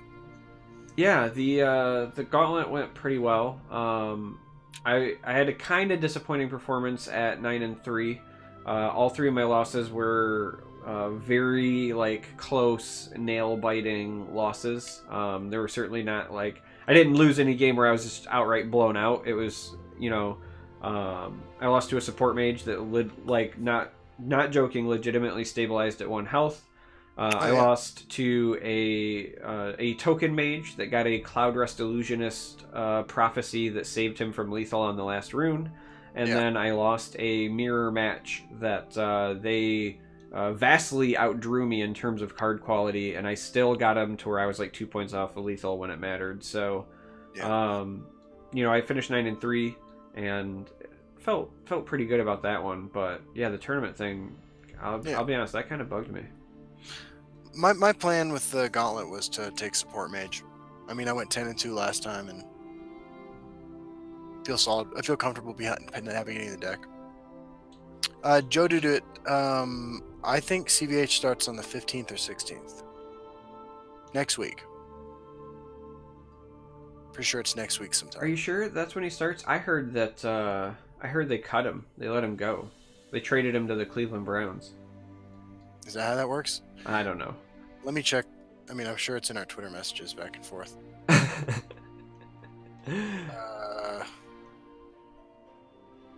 Yeah, I heard that he failed his drug test. That's why he's got guns. I heard he was doping. Dude, I'm scrolling through the group chat between the three of us, and I have not gotten very far before I'm at a can of Clorox that says "Enjoy Clorox" to wash down those Tide Pods. Yeah, I love you. we are nothing but, if not consistent. Yeah. I don't know, man. Yeah, no, I mean, I'm clearly just... Oh, you're looking for the start date. Gotcha. Yeah. Yeah, I don't remember if he had posted his start date either, but yeah, I forgot what the can of Clorox I sent you. No, that was in our group chat, the three of us. Yeah, well. God damn it, dude. That's what I do. We're gonna find ourselves unable to log into our accounts one day after we say some smart shit to CVH. It's Americon we got to worry about. Yeah. At some point in the near future, we're actually gonna end up getting him on, and it will be the last thing we ever do for this game. That's true. That's true. But by the way, people, we do have some cool plans for guests in the future. We've been trying for a couple weeks now to get Hiking Emmerich on. He is I don't know what time zone where that dude lives, but it's been challenging to get him onto the show. But we've been talking with him for a couple weeks. We've been reaching out to Beaky. He talked to us months ago about being interested in doing it, and we just haven't been able to get back in touch with him. Who else have we been talking to? Are we allowed to say? Not the one that I think you're thinking of. No, we can't talk about Mueller. Oh, Robert Mueller? Well, he has no comment. Oh, yeah, fair. That's not what I was talking about, but that was a good one. Yeah. Yeah. By the way, we've made it about an hour and a half without making fun of Russia yet. Yeah. I mean, I made a doping joke. After the Olympics, it's kind of like Russia. That's true. I'll take it. Yeah, Hiking Emmerich and Charmer and I have been talking for weeks now. The biggest hurdle is the time zone there for sure. I don't know where that dude lives, but between he has a full-time job and his work schedule and the fact he lives on the other side of the planet, it's just been making it. I was gonna say, based on the time zone change, if I had to guess, I think he lives in Sovngarde. That makes sense. We were gonna have to journey there. Yeah. And we can't now because it's more perilous to attempt said journey. That's true. And unlike Ray Barker, who's been on the show twice, like Ray Barker just doesn't sleep, so it's pretty easy to get that guy on, despite the fact he lives in Australia. Yeah. Putin interview with Megyn Kelly should be awesome. Yeah, that sounds like something I need to watch. But yeah, if you guys have other suggestions for guests, tweet them at us, or tweet them at the person you want us to have, so that they feel pressured to be on the show. Yeah, that too. Yeah, that one works. That one works. So Pete Creighton asked, Charmer, how do you usually prepare for a tournament? I've never played in one, but I might in the future and don't quite know how I should go about it. So I developed a strategy back when I used to play Magic competitively, where the first thing that I would do is I would hunt for any information about what I would expect to see in the field, right? So like when you're going to go to a tournament, it really helps to know what kind of decks you expect to play against. That's number one. Like first and foremost, you need to know what you expect to see, right? It's not like the ladder where you're trying to kind of like have a well-rounded deck to deal with the best of one because you have no idea what you're going to queue into. In a tournament, you have a pretty good idea of what you're going to expect to see. So step number one is becoming very familiar with what you would expect to be in people's tournament lineups. You know, do you expect to see Token Mage? Do you expect to see, you know, Trader Joe, Mid-Grow Warrior, you know, et cetera, et cetera. Once you've identified the most likely candidates that you expect to see, there are two things that I typically do. The first is I put games in on those decks. One, because if people are playing them, chances are they're really good, potentially the best decks in the format, and so you want experience on them. But two, I find that you find weaknesses in decks the best when you actually play them. It's really easy to sit across from a deck that's kicking your teeth in and go, that deck's really good, I'd have, you know, blah, blah, blah. But when you play a deck and you lose a few times with a deck, you know why you lost. So that's like learning process step two. You put games in on the decks you expect to see. And then step three is you then have to start trying to come up with or test ideas for how you can beat those decks, right? What can I do to give myself any sort of advantage over what I expect to see? Because that's how you basically like separate yourself. Now, it might be playing those same decks, but with a couple of tech choices. It might be bringing something radically different, right? Like if you expect like half the field to be tokens, then bringing something with Ice Storm is probably pretty good. But if you expect like, you know, half of the field to be like Mid-Grow Warrior, but you can do something that either gives you more reach or more like life gain to tip things just slightly in your favor, then that's good as well. But that's the idea. Like you have to know what you're going to expect to play against. You have to be experienced with what's going to be in the field, and then you have to try to look for, you know, any sort of edge you can get against said field. Now, sometimes sometimes like the decks are just optimized, and the best chance is literally you just play the decks you expect to see. I know that's not the sexy answer, but there's a reason those decks are as refined as they are. But that's usually my process. So, you know, I don't, you know, it's not like I do it often because of my time restraints and so forth. It's not like I've played in every championship series, but the few times that I was able to participate, you know, back when Brad was running them and so forth, I was making the semifinals, I was making the finals, and that's usually how I go about it. I just wanted to make an announcement now. That's a great answer, by the way, so I'm not trying to take away from that, but I have an announcement that if I ever get invited to any more of these Legends Championships things, I will bring all singleton decks. I don't even doubt that. I hope you do. I will. I'm not even upset at that. Yep. So, Pete, to answer your question, the decks you expect to see are sometimes those predominant on the ladder. That's usually a pretty good indicator, but in a community like this that's small enough, you kind of know who the participants are, so a lot of times you can try to run into them on the ladder, try to look to see if they've posted anything on Legends decks recently. You can, you know, if they stream, you can check them out there. It doesn't mean they're going to stream the decks they're playing, but you'll get a good idea for the decks they like to play. You can check the top 100 finishes, meta snapshots, past tournament performance, you know, so on and so forth, right? Like there's a wealth of materials, especially today in the day of the internet. Back when I played Magic competitively, like the internet was around, but the number of resources back then was not as high. So like, I'm not even joking. Like when I wanted to prepare for like a state tournament or a regional tournament, I would have to like travel to Friday Night Magic events around the state to see what other people were playing. So basically make use of your resources. Good times. All right. Anybody else got any questions? Yeah, now that I sucked up all of the time and took the wind out of Jason's Jordan's what's your name again? I forgot you were even here. I'm just monopolizing this podcast. Who am I on with?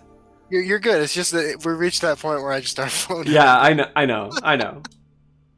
I'm sorry. Hey! I took a bunch of medicine. Justin, do you think we'll see some more singleton support in the next expansion? That's a good question. I don't. No.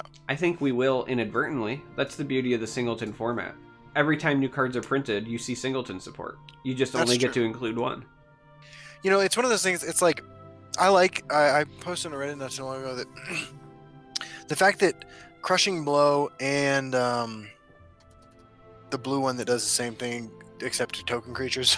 Reverberating Strike. Reverberating Strike. The fact that Crushing Blow and Reverberating Strike do the same thing in a lot of cases, but completely different things in other cases, and they compete for slots in a deck. Like, I love those kinds of choices because deck building is one of my favorite things to do.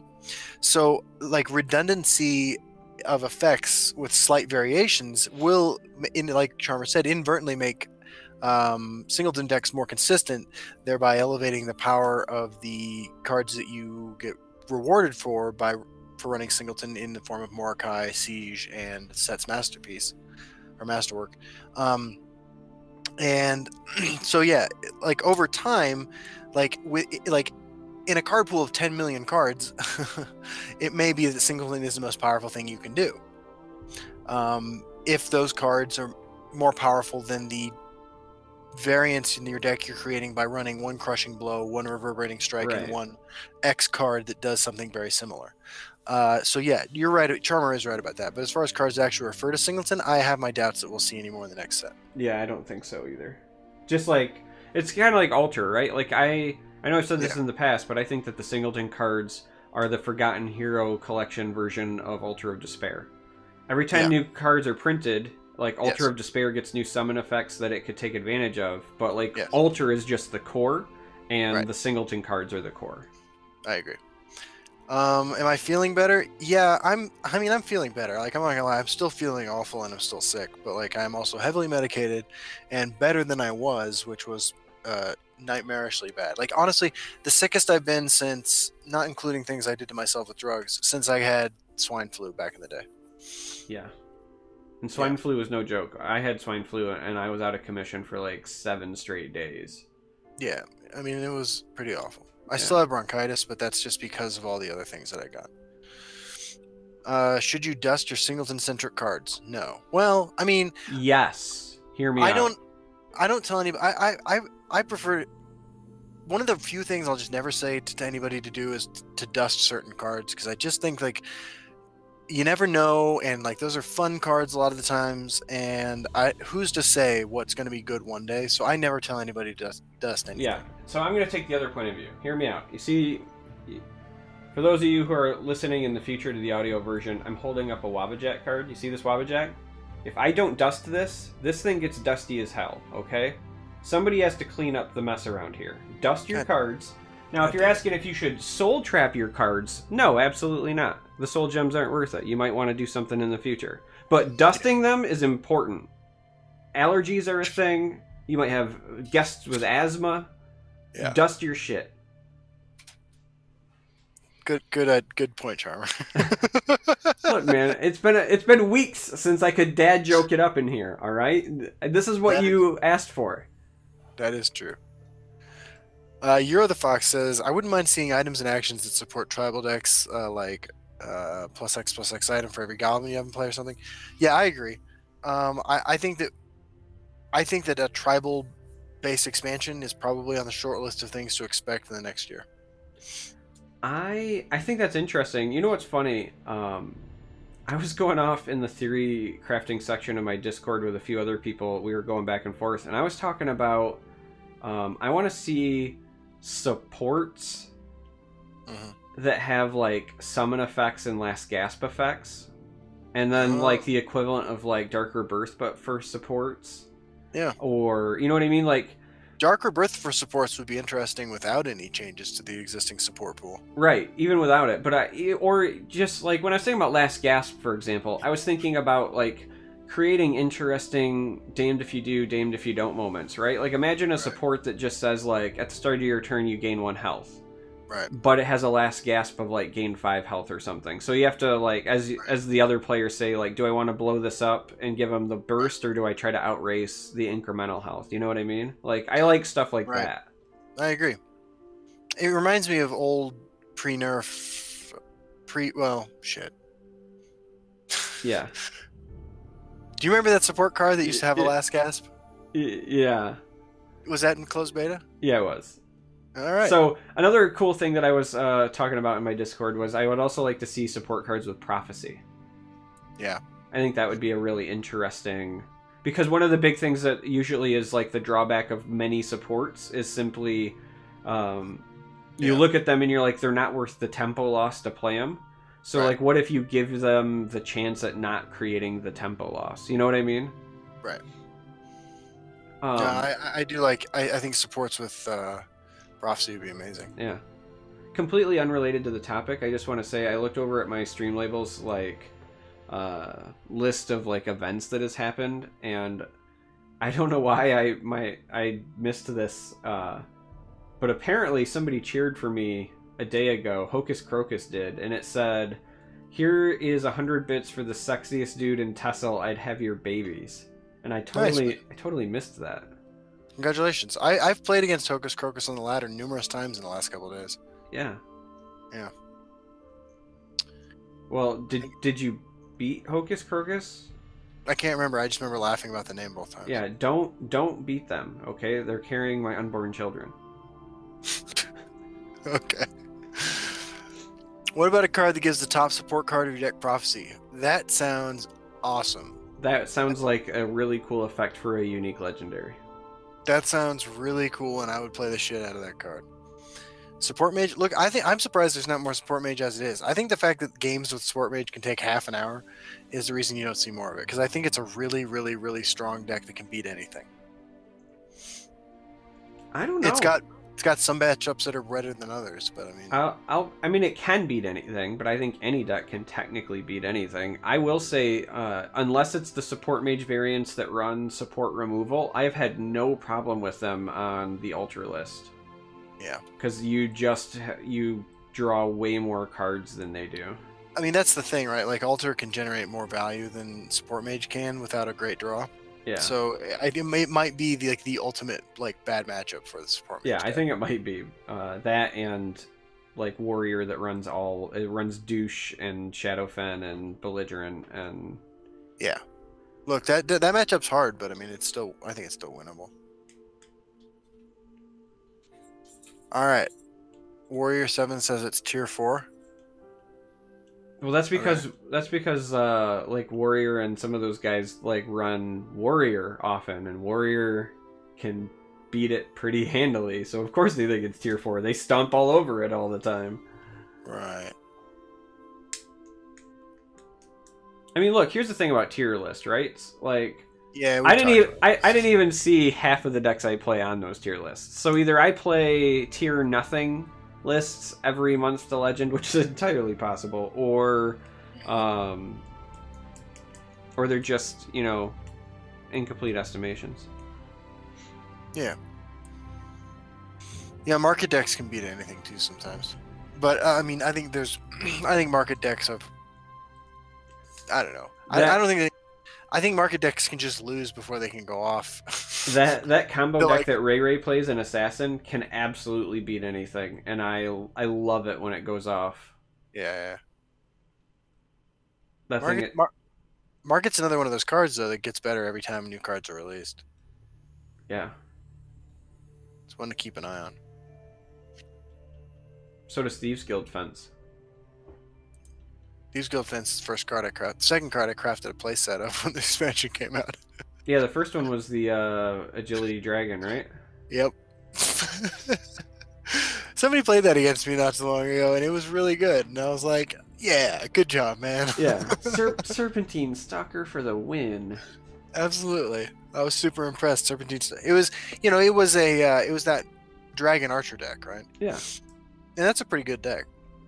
Yeah. Serpentine Stalker is delayed lightning bolt in that deck. Yeah. Yeah. I don't know what I was playing. I think I was trying to queue into. So I was playing support mage in casual for fun. And I was like, man, I was trying to think of decks that Skeever Infestation is just unbeatable against. And I was like, oh my god, Skeevers are amazing against support mage. So I just queued up a bunch of times with a Skeever deck with a bunch of card draw and Skeever Infestation, just like waiting to queue into support mage so I could grow 10/10 Skeevers or something. And it just never happened, man. But I did queue into Dragon Archer and I lost. All right, I want you to take the lead on this question. So Executive Game 45 asks, what's the best advice for someone who wants to hit Legend for the first time? Play a really aggressive deck. I knew that that's what your jaded response was going to be. That's right. Well, look, when I really feel like laddering up quickly, I play Orcs. Because, like, I'm familiar with it. I know what it can beat and what it can't beat. It depends how much time you have, too, right? Like, yeah. I think Support Mage is a pretty good choice for laddering because you're going to beat everything besides the Warriors pretty consistently. So... you could also play just, like, a stock mid-range... aggressive mid-range list version of any class and I think do pretty well. Yeah, that's actually what I was going to say. So usually my answer would be find a mid-range list that you like and then play that. I say that you like because they all play a little bit different and we all have our playstyle preferences, but the reason I would suggest mid-range is that mid-range, just like kind of by definition in many ways, is the archetype that you always at least feel like you're in every game, right? You can try to race the control decks. You can like try to outvalue the aggro decks. Like you're just kind of, I mean, you're in the middle, right? Like you're kind of playing both sides. And then so the second piece of that is find a mid-range deck that you feel comfortable with, and then just focus on playing a volume of games. When you sit down, don't say like I want to climb like a rank tonight. Say I'm gonna sit down and play 20 games or 30 games. If you play the volume, you will eventually get there. The get to Legend grind is entirely just about volume. Once you hit Legend, it's a little bit different. But if you're just trying to hit Legend for the first time, just play volume and focus on that. Don't try to your win rate is important and whatever because you don't want to play a deck that's just outright garbage. But don't focus on the win rate and whatever. Just play volume. Find something you're comfortable with and go. Yeah, I agree. Jodid asks, Justin, any hope for the theme of the next expansion? I hope we eventually get an expansion to Black Marsh where we can finally see Argonians in the spotlight. I would love to see a Black Marsh expansion. I'd love to see an Elsewhere expansion.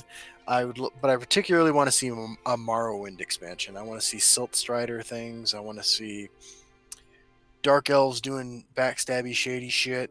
I want to see Morrowind first. That's my biggest one. The thing I want, when I think about Morrowind, I literally think about one thing. And that's Cliff Racer. So I just need more Cliff Racers in my life. Cliff Racer Tribal needs to be a thing. Yeah. Yeah. For sure. Skrillixy says, I like running Jazargo in my mid-sorcerer deck. I think it's funny when I win because of him. Yeah, I can get behind that. Sure. I've actually been thinking about replacing Galen in my mid-sorcerer lately, and I haven't decided on with what yet. I really like him in some matchups, but he's becoming... As people learn to play around... certain things, he's becoming more and more often just a 3/3 in that, and so unless you're playing a control deck where the game's going to go long and increase your chance of drawing the cards, I don't think he belongs there. But I don't know what I'm going to replace him with yet, because I'm not a big fan of Lucian either. I know a lot of people love him, but I don't really like Lucian. I do think that Galen is one of those cards that's not bad in every matchup, but it like shines in control on control or mid range on control matchups. Yeah, honestly, this is gonna sound weird, but where he's shined the most for me is against aggro. Like Really, I've like won shuffling in extra harpies or something. I've won more games because of Harpy and Barrow Stalker shuffles than Yeah, yeah, anything else. that's Because fair. I either get extra prophecy or extra guard slash life gain. And that's Yeah, it. Other than that, he's usually just like a 3/3 for 3 and it doesn't matter. So right. I'm probably going to replace him, but I do not know with what yet. I'm kind of on the hunt for ideas. Or maybe I'll just throw in like one crushing blow. Who knows? That makes sense. I would actually not recommend playing Prophecy Battle Mage or Prophecy Aggro deck if you're looking to ladder up quickly, because there are some decks that those decks cannot beat. Just like you just can't beat them with Prophecy Battle Mage deck or with a Prophecy Mage deck.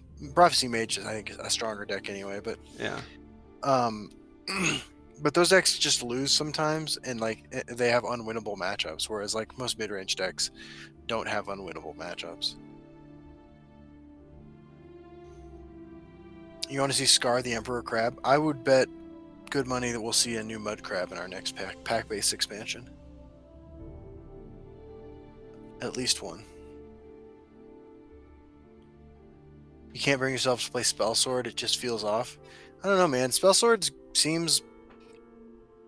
I don't know. I don't like how reliant mid-range Spell Sword feels like it is on random random items being equipped to heroes, like, or equipped to creatures. I'm not a huge fan of that card, and it feels like that's how I lose every time I lose against it. Yeah. I've been thinking about trying to make Control Spell Sword work again recently. Would you run ramp? No, I don't think I would. I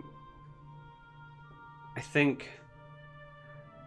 Yeah, I don't know how I feel about that. I think that it's always so hard. Like, I think that it has all of the right tools to beat a lot of the really good decks that exist. It just doesn't have card draw. And I know that that's like the point, right? Like, because if it had card draw, it would likely be the best control deck, but...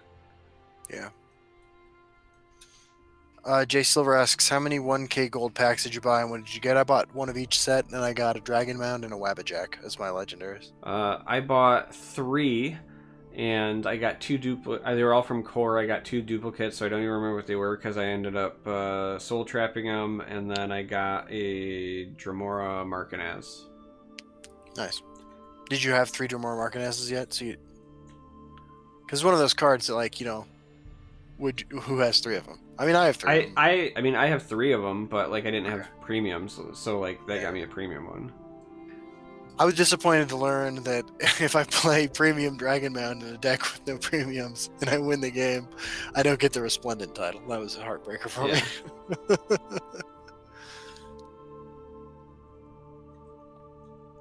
Good times.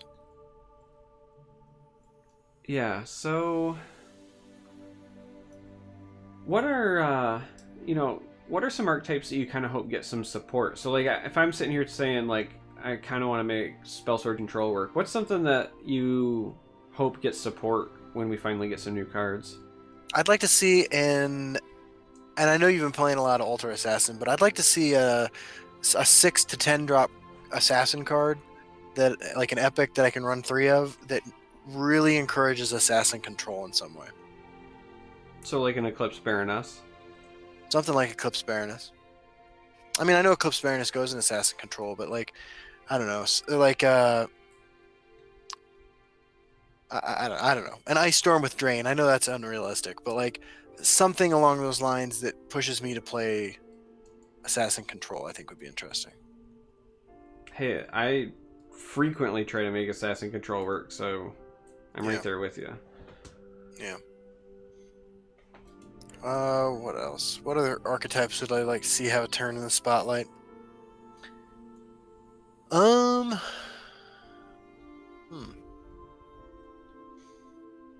Well, I do think that I said like a year ago that I wanted to see more red cards that interacted with support cards. Red, like right now, their interaction is limited to having a number of them and removing them. But you know, you were talking about supports with Last Gasp.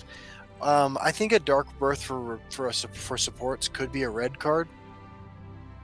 I think that fits it fits in my mind, and I'd like to see a reason to play support Crusader instead of just support mage. Like, I mean, I've had success with support Crusader, but I'd like to see that archetype get some love. Yeah, I mean that could be. I mean that could be interesting for sure. What about you? I would like to see, like, in terms of just archetypes and so forth.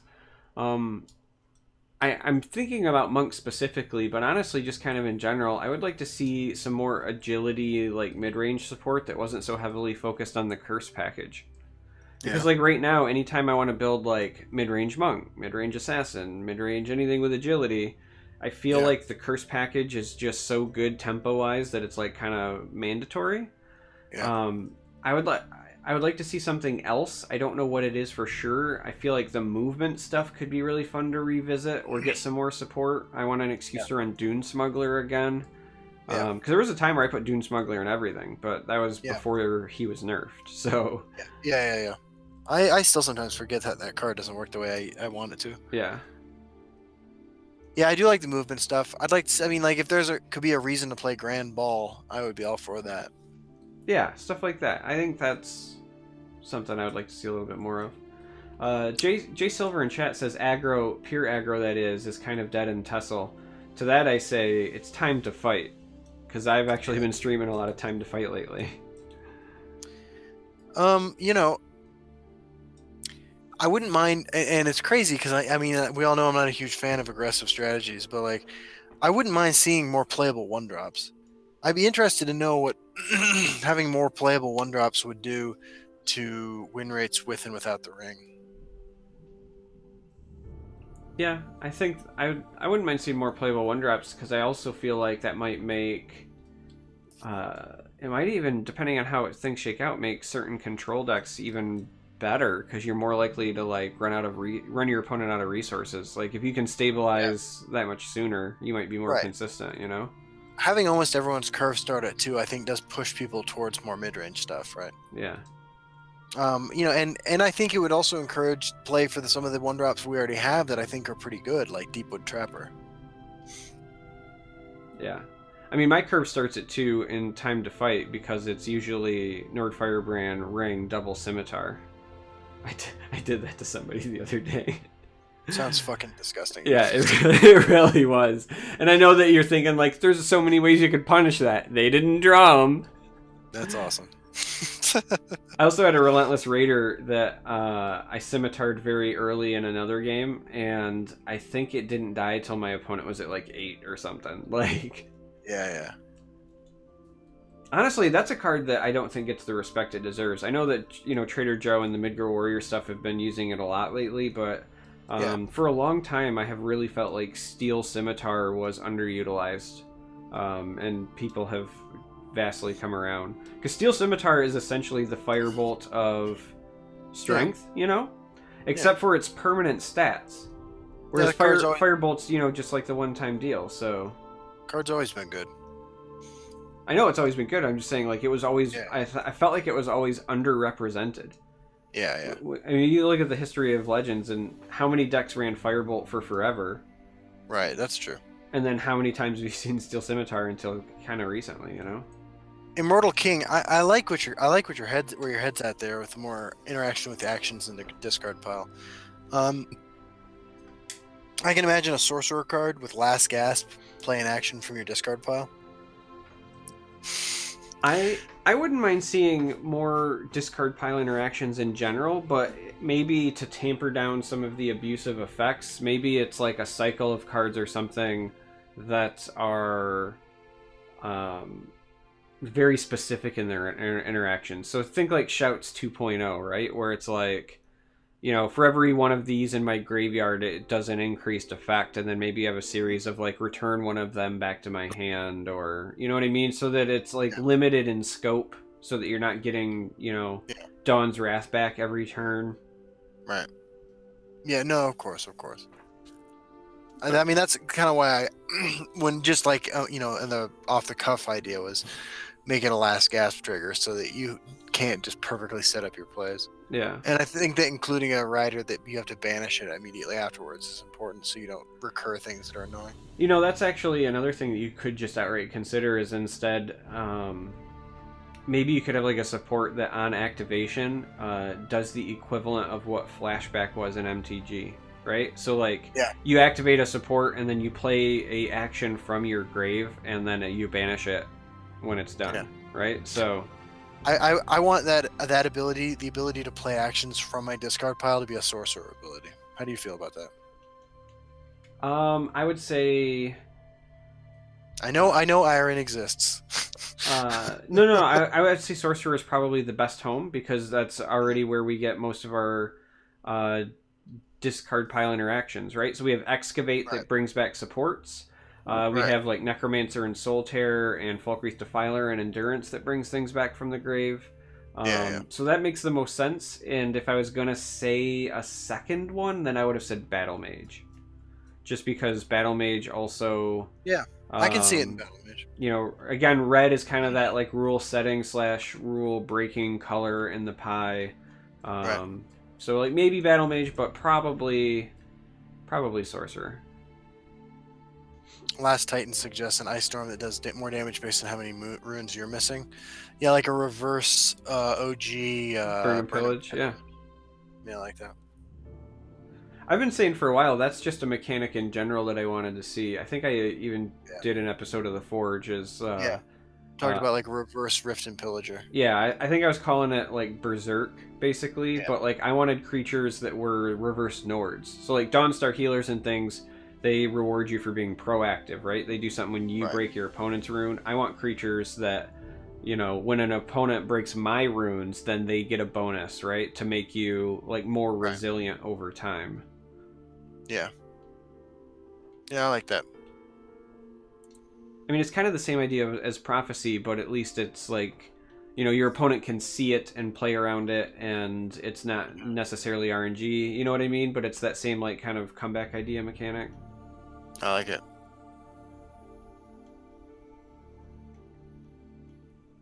Card that transforms creatures in your opponent's graveyard. I mean, you can banish creatures from your opponent's graveyard. Yeah, but I kind of like the idea of the transform. I mean, I feel like that would be an endurance card. I mean, it'd be Mummify. Yeah. Like, maybe you could call it Mass Grave or something, you know? Like, just everything in your opponent's graveyard becomes a mummy. I can see that. My head immediately went to Humility, the magic card, right? Like, how about a like a 12-cost action that turns all creatures in all players' hands and discard files and decks into 2/2s? Yeah. Or I was thinking a large-scale lay-down arms would even be fine. Yeah. You know? That would be interesting, actually. I appreciate that. I would enjoy that. I think that it would be interesting against aggro. I think that the deck that gets that far in the game against aggro, the cards that it's already running in addition to that ridiculous card are going to win it. Yeah, I mean, there's a lot of stuff that I think could just be really interesting in general. Like, we haven't seen any mass scale silences yet.